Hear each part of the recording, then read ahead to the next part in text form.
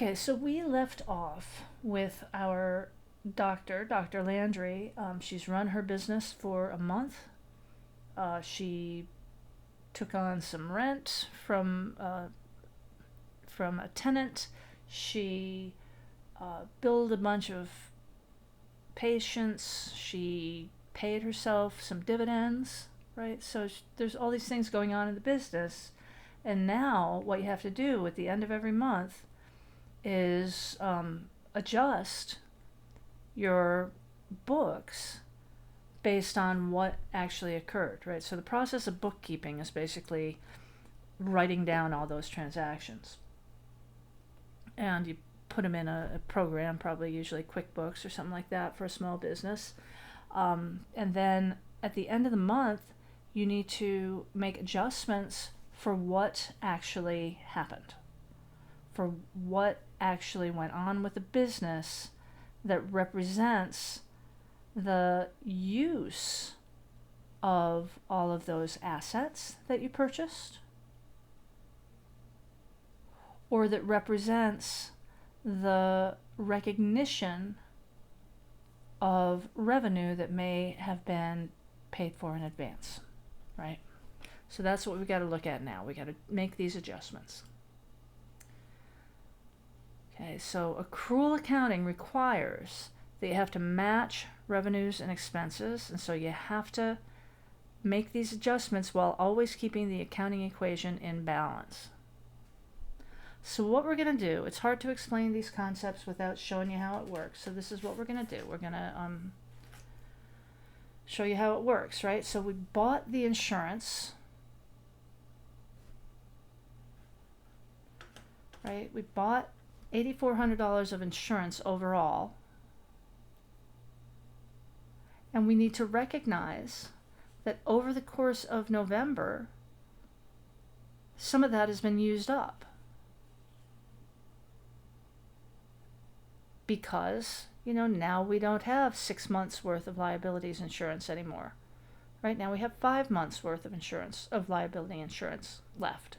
So we have to recognize that some portion of our insurance has been used up, and we recognize it as an actual insurance expense.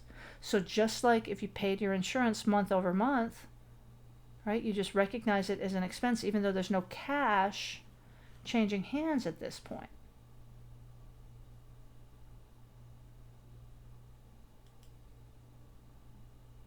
Right, so we recognize it as an expense, which means that it's going to affect our income statement. It's going to reduce income, and it's going to reduce retained earnings.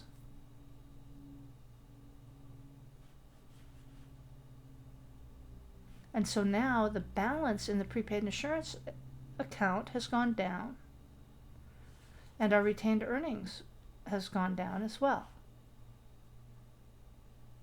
Likewise, we used up some of our supplies. Okay, so we bought $240 worth of supplies. We used up $150 worth of them. That means we only have $90 left in the value of our supplies account. We reduce our retained earnings to reflect the expense, and that goes onto the income statement as well.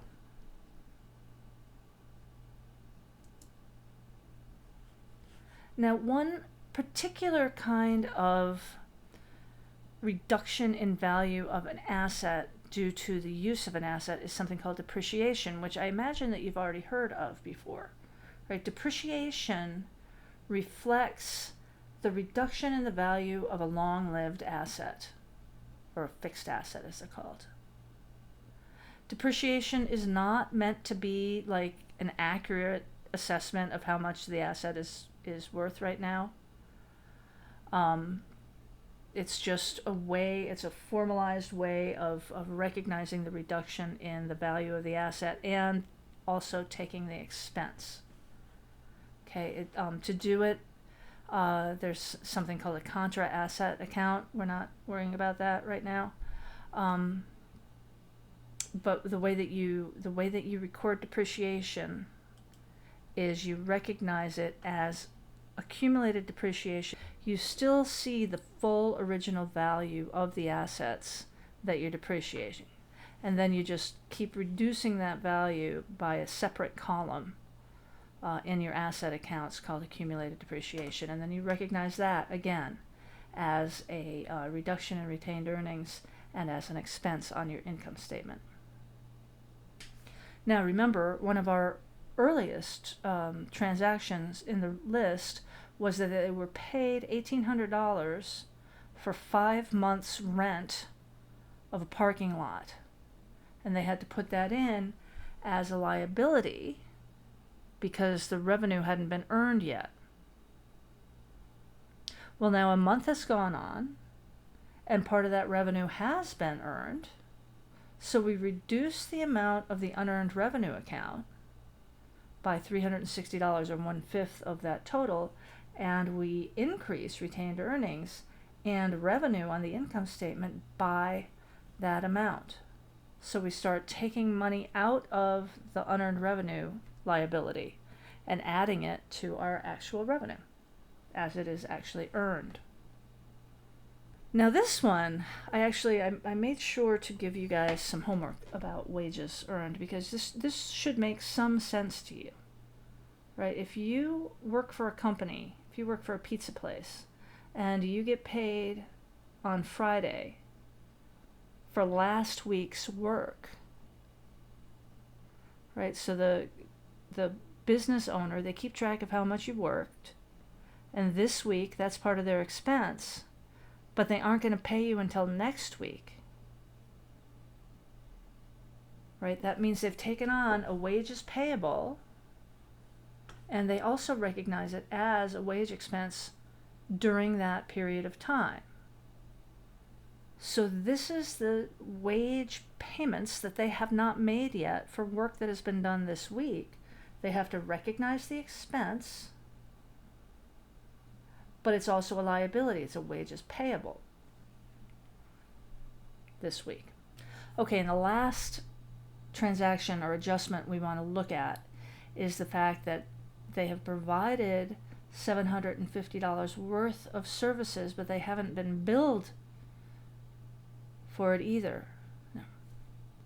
So as you can see, when you think about what's actually involved in keeping track of what's going on in a real business that's not doing everything by cash, you can see it becomes a little complicated to go ahead and make sure and record all the actual earnings and all the actual expenses that are actually occurring within a particular period of time. Now, this lecture with these slides is definitely a little on the dry side, right? But you can have plenty of opportunity to practice this week, and next week you're going to have sort of a little case study, I guess you'd call it, involving SpongeBob and all his buddies, that kind of brings this a little bit more into life. Okay, so we have one more lecture to get through, which is how do all these transactions look on your financial statements. And so I'll leave this one at here, and then we'll move on to the next video.